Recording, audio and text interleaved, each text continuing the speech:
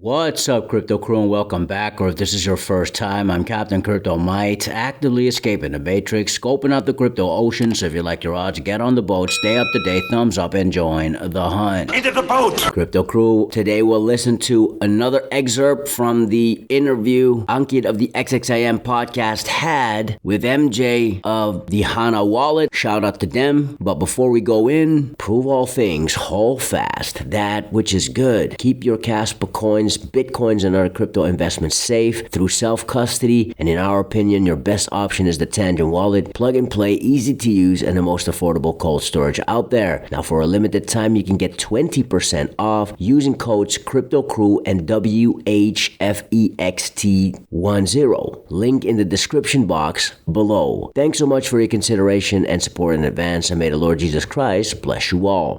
The first product we released was a Chrome extension. So we still have a Chrome extension. So everything we talked about exists in the Chrome context. We also have now an iOS and Android app, and that is our big focus. We think this is the gateway, for this next wave of users. So we have like 3 product offerings basically. The debit card is only available on mobile and currently only available in Australia. So it's like one feature. So if you're in the States or Vietnam, or South Korea, you can use the app because we connect to so many chains. And we don't just connect to the chains, but we also integrate with our cross-chain partner called Sodax. So they provide the cross-chain liquidity. They technically are an intent-based system, and they aggregate liquidity from different chains. But within Hana, you can swap between, something on Stellar to something on, say, Solana or Base or Arbitrum, and it just uses on-chain liquidity. So everything's kind of based on that foundation. So then when we release the Mastercard, if you want to top it up, because it's a prepaid card, then you can top it up, and you can technically top it up with Solana, Sui, Trump coin if you had it on Radium, and then it would use Sodax and the Radium liquidity, cross-chain it, and then put it into USDC in a smart contract. When we provision the card, you're provisioning a Mastercard. So the merchant only needs to accept Mastercard, which is accepted in Australia everywhere, depending on the country you're in, but yes, globally, basically. What you do is you top up the card, and you can top up with any asset that's supported on our chains. And then what Hana will do is it'll convert into USDC and it'll cross-chain it. It'll end up in a smart contract, and that's tethered or that's linked to your debit card. So when they pay, they just pay with this USD-backed Mastercard. But you can see all the assets that I have in my wallet. So we aggregate. I've got USDC here. And this is across a few different chains, like Stellar, Solana, Polygon. So we kind of just try and aggregate the view for the user. You'd go through a process to provision the card, which is only available in Australia for now. And if you do that, you get the $5, so you can get your first coffee on us. But basically, if you go into this pay option, you'll have your card here. You can see like all the top-ups that we've done and the purchases that we've made. You can see in the top right-hand corner, I have $46, and I'm in AUD because I'm in Australia.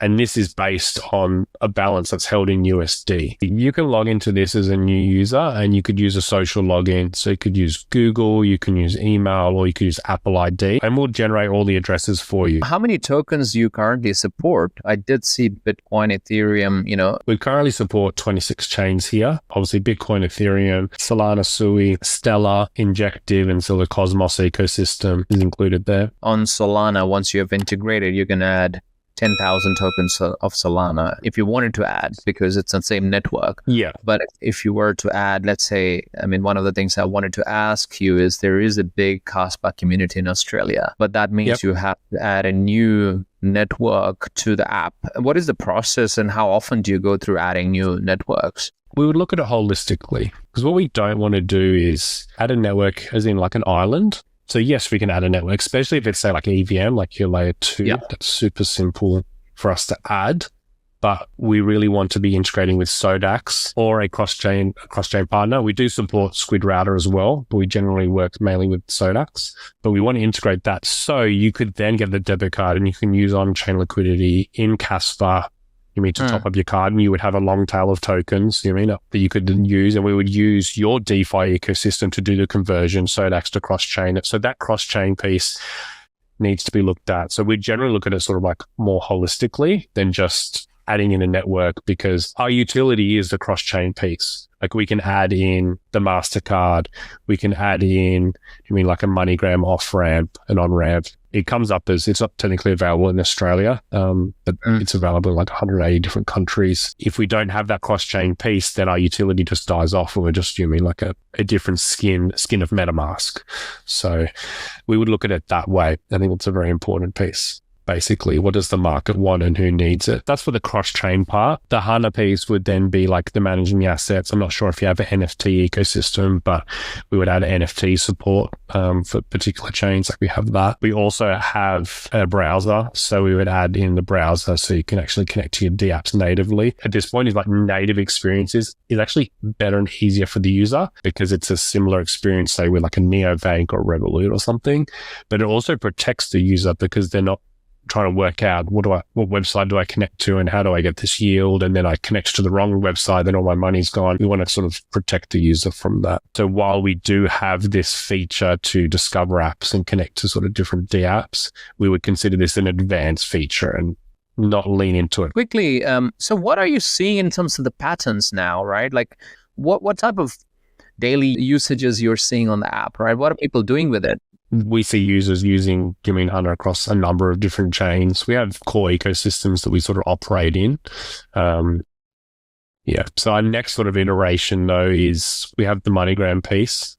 So basically, the reason that we've done that is, one, we talked about before, stablecoins are very big in remittance, but you need to be able to off-ramp that. That's why we partner with MoneyGram, and we're releasing and focusing specifically in Southeast Asia initially. Just quickly on the regulatory side, Australian Securities and Investment Commission recently stated that stable coins are a financial part. What's your view on this? So I'm not like super across it, to be honest. But we obviously work with a couple of local partners on the regulation, so we sort of make sure where we operate in that.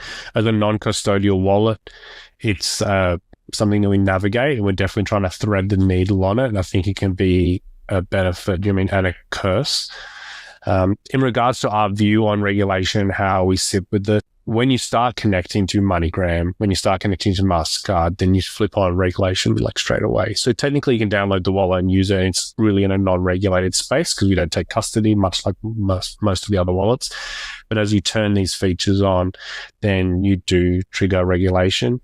And we always look to operate within regulation, which isn't always the most popular thing to say in crypto, to be honest. But we think you have to if you want to actually create a wallet for the next billion users. We're not trying to do anything. There are different strategies you can go for and create your offering in different regions and sort of like navigate not falling into regulation, but we more face it head on. Like that's why we're incorporated in Australia. We're like, from a financial services perspective, one of the most regulated countries. Because I also think that that's how we build trust, because we have a name, we are here, and we're saying we operate within regulation. I think that's also good from a trust perspective. So that's generally how we think about it. We recently interviewed EtherFi, Mike from EtherFi, and their focus is very much on DeFi neobank, how they position themselves, which is off the back of obviously the staking side of Ethereum. So how are you guys thinking of your own yield generation part? Because I think that's the part I think will bring those billion people that you're talking about, right? Yeah, I think that's an evolving sort of ecosystem and offering. Like, so to be super clear, like we do not build DeFi offerings. Like we're building just a simple app that'll plug into the offering. So those offerings are changing all the time. And you can see changing all the time is the wrong way to say it, probably evolving, like working out what works. What's the mechanics of how this can work in a scalable way? So for now, our first integration is just two basic AMMs, one being Blend that's on Stellar, powered by DeFi Index, and the other one being Sodax. And these are basic supply and demand AMMs for yield. I know our message is pretty simple. We think it's powerful. We think it's relevant.